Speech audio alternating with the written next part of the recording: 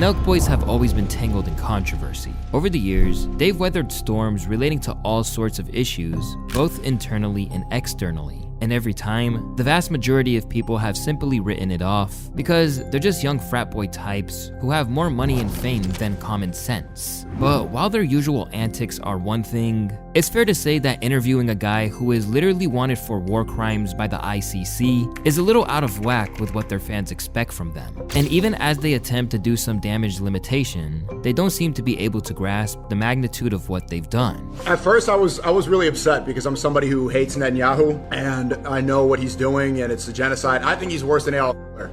I mean, at least, you know, the differences are a comparison. Now, with fans unwilling to come back aboard or accept any kind of explanation they have to offer, Kyle, Steiny, and the crew are instead faced with watching it all slip away in real time. Be the craziest chat of all time.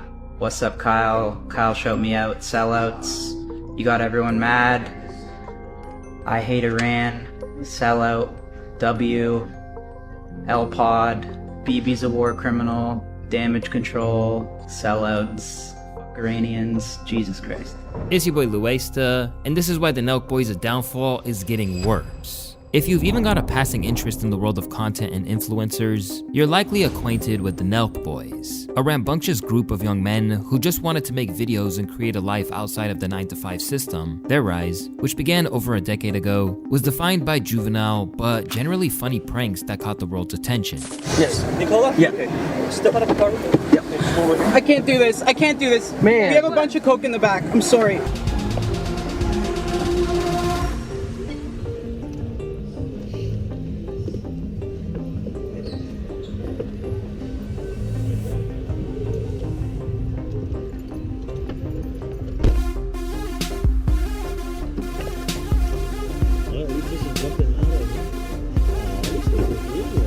Since then, its founder Kyle Forgard and a revolving cast of characters have made a fortune off things like their hard seltzer brand Happy Dad, launched their Full Send podcast, and traveled the globe all under the umbrella of their brand. But it's fair to say, for all that people like Kyle, Steve, Jesse, Salim, and of course the very polarizing Steiny have made a killing, controversy has dogged them at every point. And now, it appears that the fact they've basically escaped unscathed lulled them into a false sense of security that everything would be fine no matter what they did. And now, they're learning the hard way that there are some things that people aren't willing to forgive or forget. Alongside the numerous times that they got the cops called on them for pranks, they've been demonetized on YouTube for a long time, ever since hosting an Open Up Gyms protest and partying their way through LA. At the time, YouTube said they violated the platform's creative responsibility policy and believed that they were creating a widespread public health risk. But this is far from the only incident they've had, with the group threatening to explode from the inside out for a long time. First, you had people like Jesse, a longtime fan favorite who simply quit when it was no longer fun.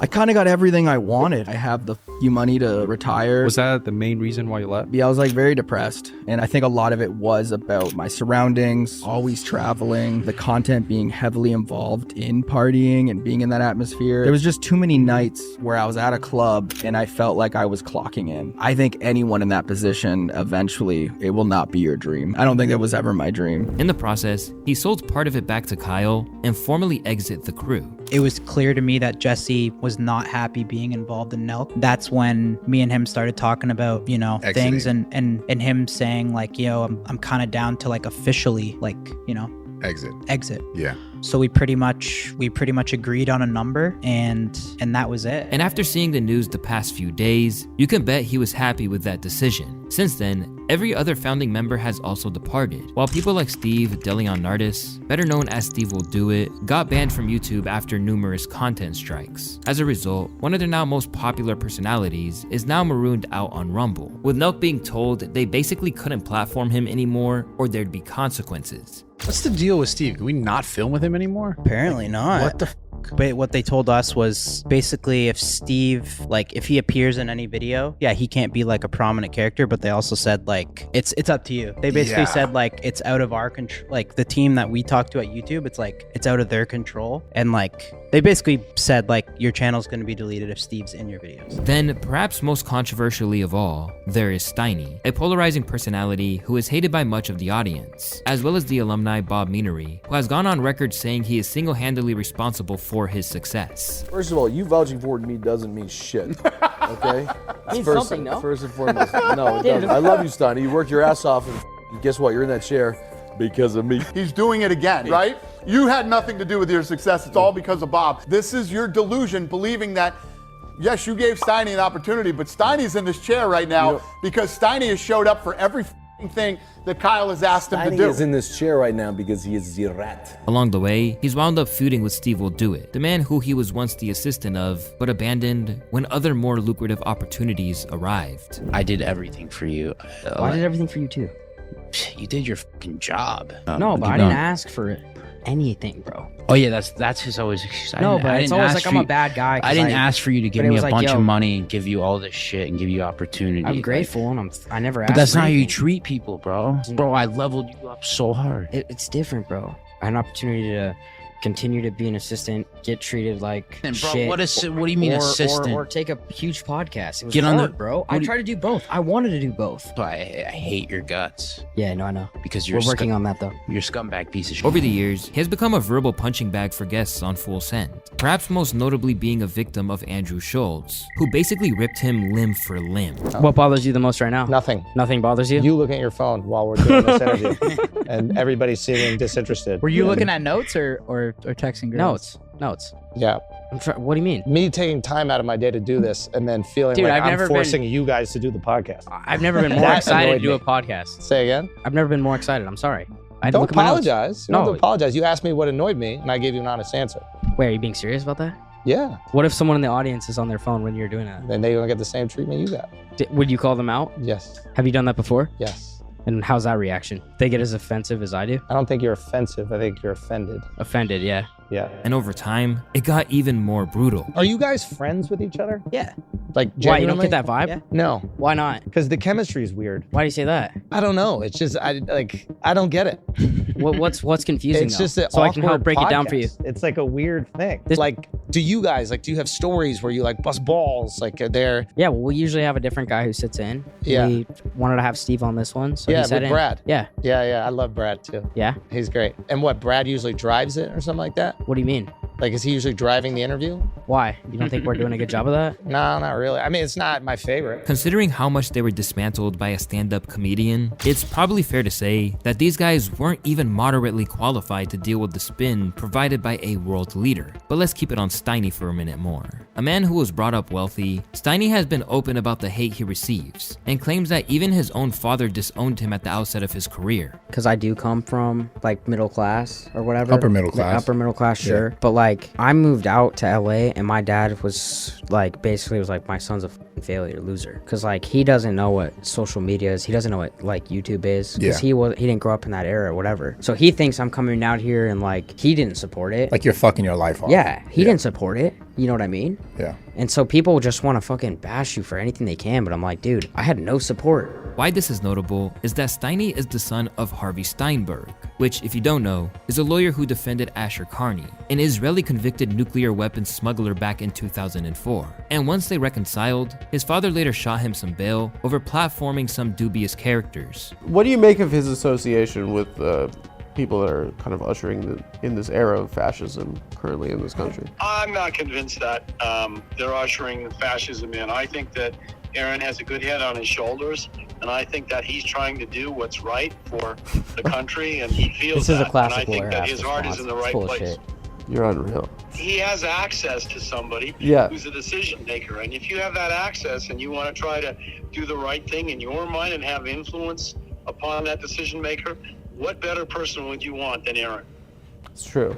And it was this very logic that seemed to have governed what was to come. While their content and general mission statement was once lighthearted, it's fair to say that the Nelk Boys have crossed into uncharted waters in recent years. For one thing, their content began to skew towards right-wing causes and characters, with guests including Andrew Tate and Trump among others. They even platformed Tory Lanez from jail. You have a person that has literally 0 handprints on this gun. Mr. Peterson never shot anybody. You don't even have the bullets to match to this gun to say that these bullets were even shot out of the gun that you guys supposedly recovered. When we went into court and we put these things in and said, hey, we're factually innocent due to these facts, the court said, you know what?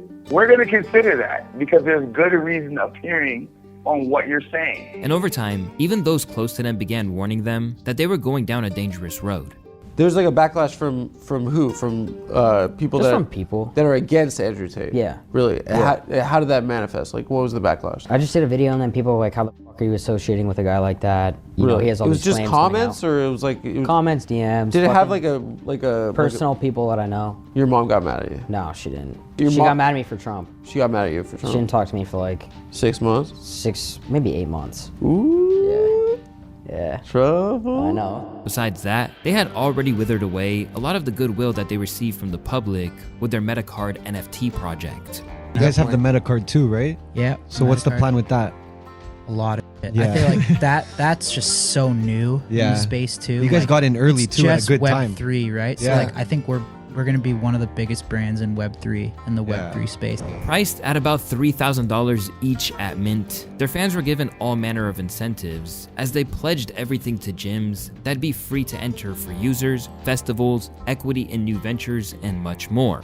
In the process, they made something in the ballpark of $23 million. But not only have those NFTs since dropped in price, but all the incentives they promised have never materialized either. And now, those who had them are contemplating class action lawsuits, while everyone else simply believes them to be grifters who took from their fans and lost who they were in the process to make a quick buck. Nelk always said they were above scamming their fans, and then they started participating in fake giveaways, roulette, stake, and their BS Metacard. And as scamming watchdog Spencer Cornelia discovered in a lengthy video, to say that people who invested in what they peddled are disgruntled would be a major understatement. Chat for the Metacard community. At Kyle Forjard, you're saying you always say, stop making empty promises, you haven't done shit for this project, continue to ignore the hard questions, you've already lied to us multiple times, and we're the ones who are really supportive of this project, but you're driving us away. That message was written 18 months ago, and there's been no progress on anything. How do you think that person feels today? Kyle actually responded saying that he agrees with results being needed ASAP and that things are taking a while. These words were all empty because Kyle's last message in this Discord was August 2022.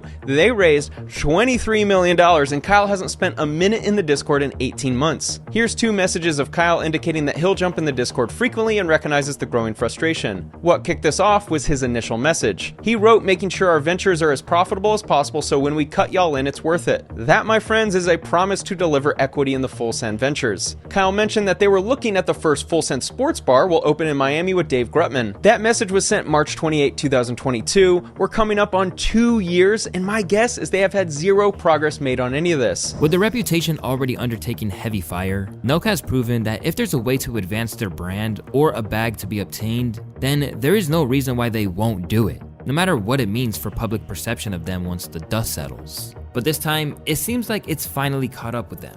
Like everyone else on the planet these days, the Nelk Boys tried to harness their fame to launch their Full Send podcast. Among the flagship outlets for them today, it's welcomed many guests, but done little for anyone when it comes to attesting to their intelligence or knowledge on any subject that isn't money or partying.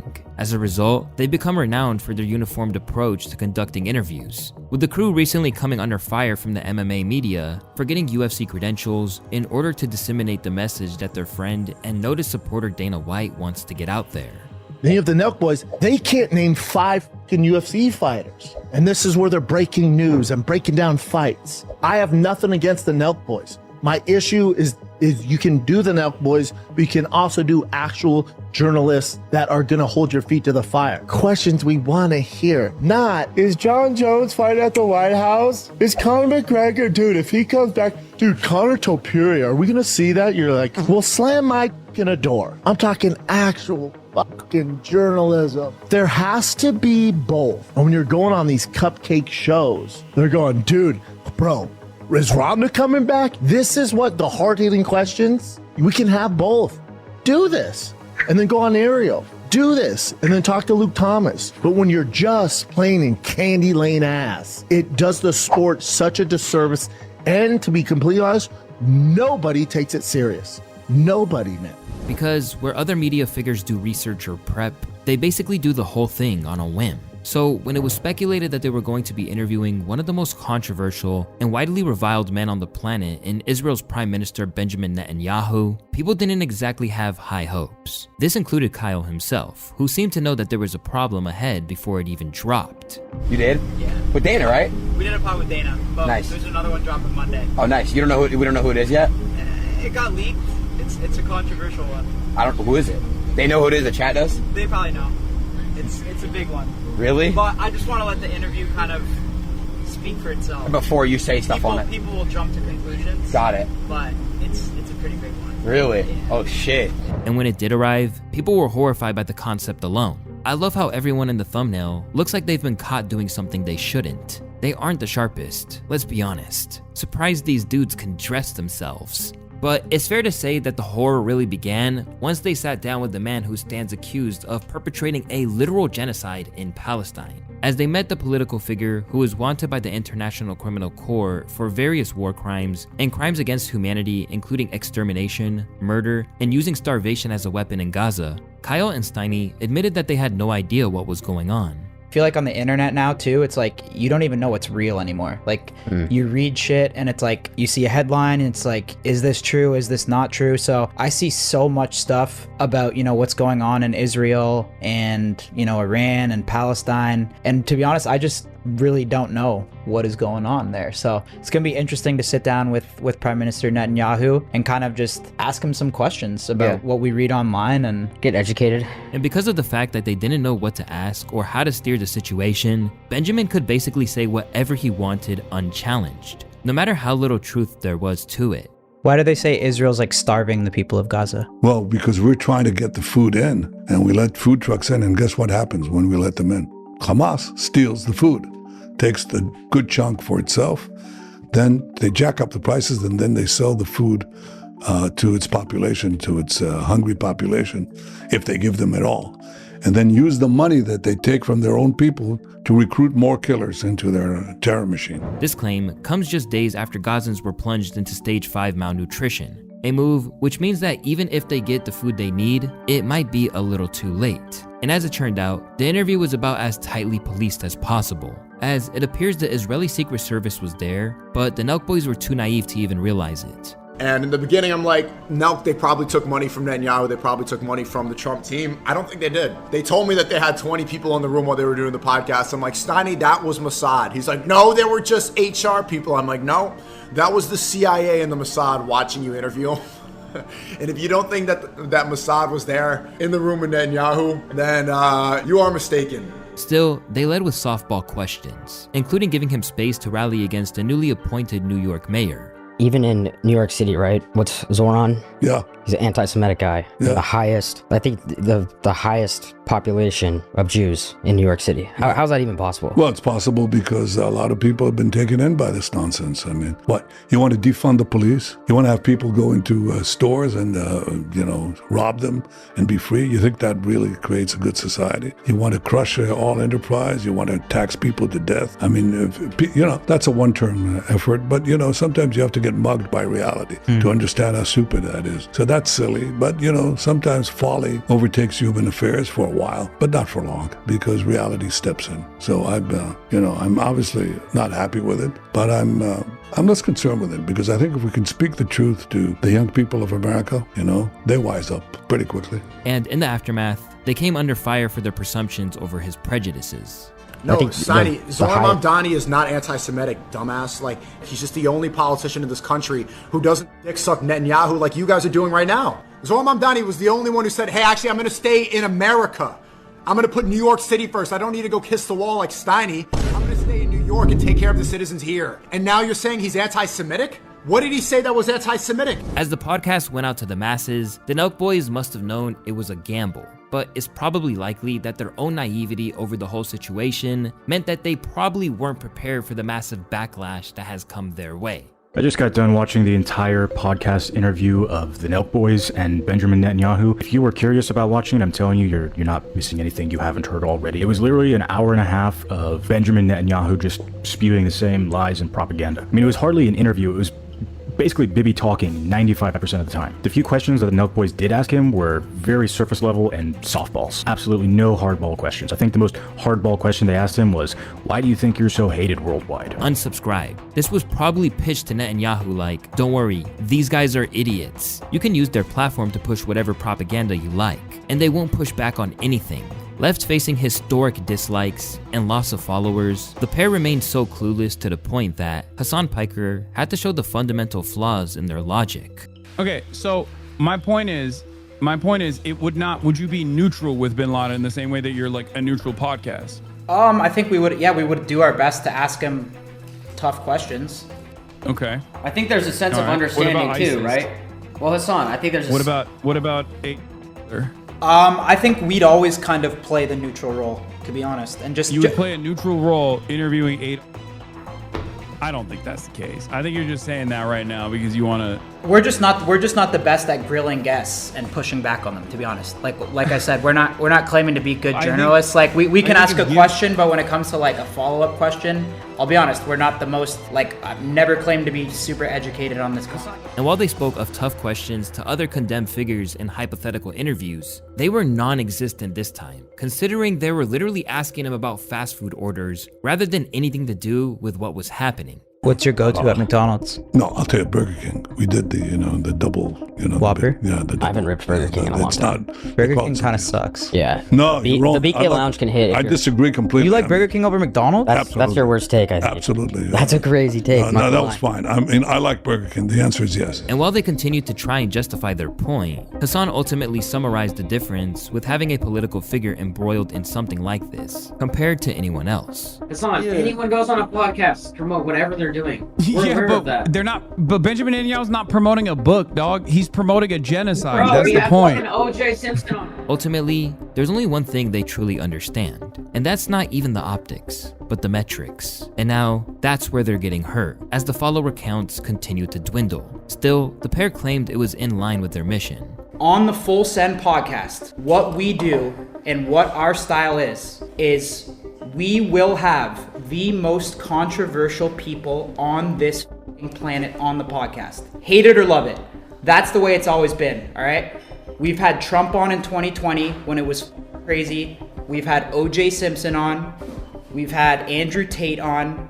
And that's just our style, all right? Other podcasts can do whatever they want. But guys, on the Full Send podcast, if we get the opportunity to have someone crazy controversial on, we're going to take it. Because what I think the purpose of the Full Send podcast is we have controversial people on, we ask them questions. Obviously, we're not the best journalists. No. We're not claiming to be Piers Morgan or Brett Baer, but we're gonna ask them questions. They're gonna give answers. And guys, this is the point of the podcast. We leave it up to you guys as the viewer to form your own intelligent opinion. They even tried to make light of it as a means of taking the edge off. The best is how people think we had some ulterior motive or like, oh yeah, I mean, set that clear. No. Did we get paid to do this?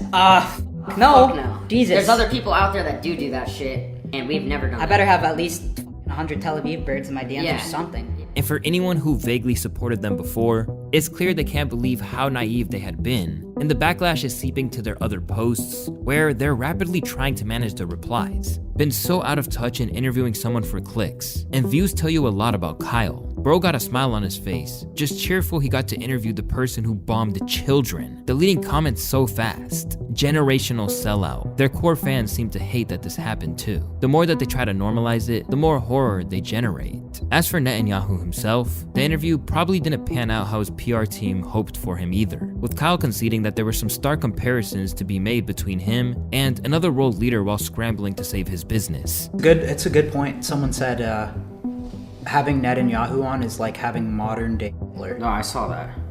Which is, honestly guys, I'll be honest, I'm here to, it's a good point.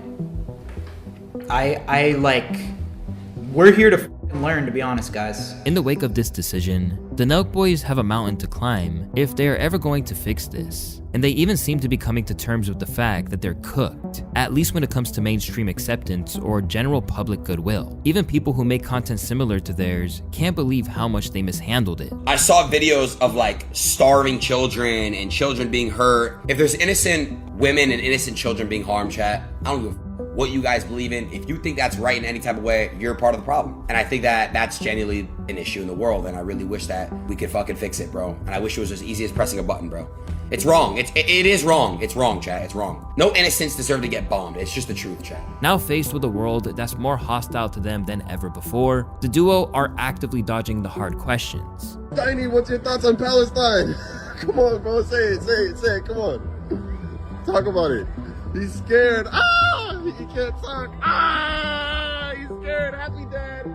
While in the next moment, they claim that they would at least try to provide some balance in the future. But now we're gonna guys, give the other side an opportunity.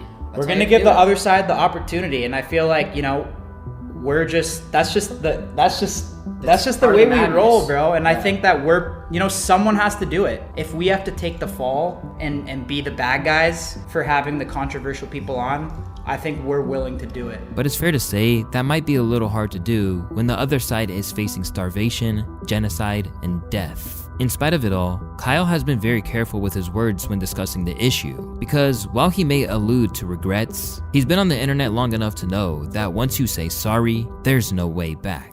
I wish we could go back in time and grill him 1,000 times harder. And we just went in there unequipped to interview him. And that's the honest truth. But there's nothing you can do, guys. I know it's in my heart. I mean, we have a lot of Muslim friends. We've been to Dagestan. We all know what's in our hearts. We don't hate anybody. We're not taking sides in this shit. We love everybody. I'm sleeping great because I know how I actually feel on the inside.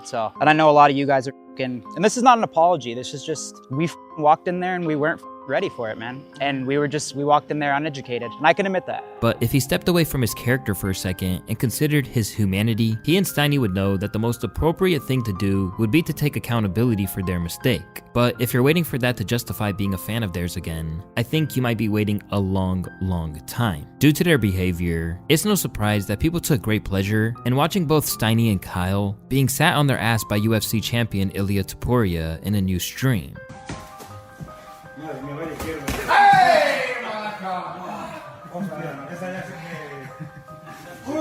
That was like, come on, you're good. I'm like scared to hit him because I know he's gonna hit him hard.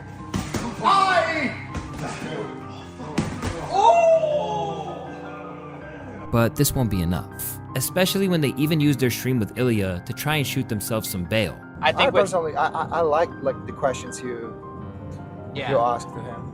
It was tough, but with a guy like that, I just wasn't really educated on the subject, you know? Me neither. I think there's a lot of people like that. Like if me and you were both like that, I think that, because some people have a side like, I'm on this side. Some people have a side, I'm on this side. Like, I think the thing is, we know many things from the social media, but we don't know the explanation behind that, like why they are doing this. Maybe there is a reason. While cancel culture is exactly the kind of thing their supporters usually rally against, it's clear that they have an uphill battle to fix the mess that they've made. And in some people's eyes, their true colors have emerged in a way that they won't be able to undo or amend.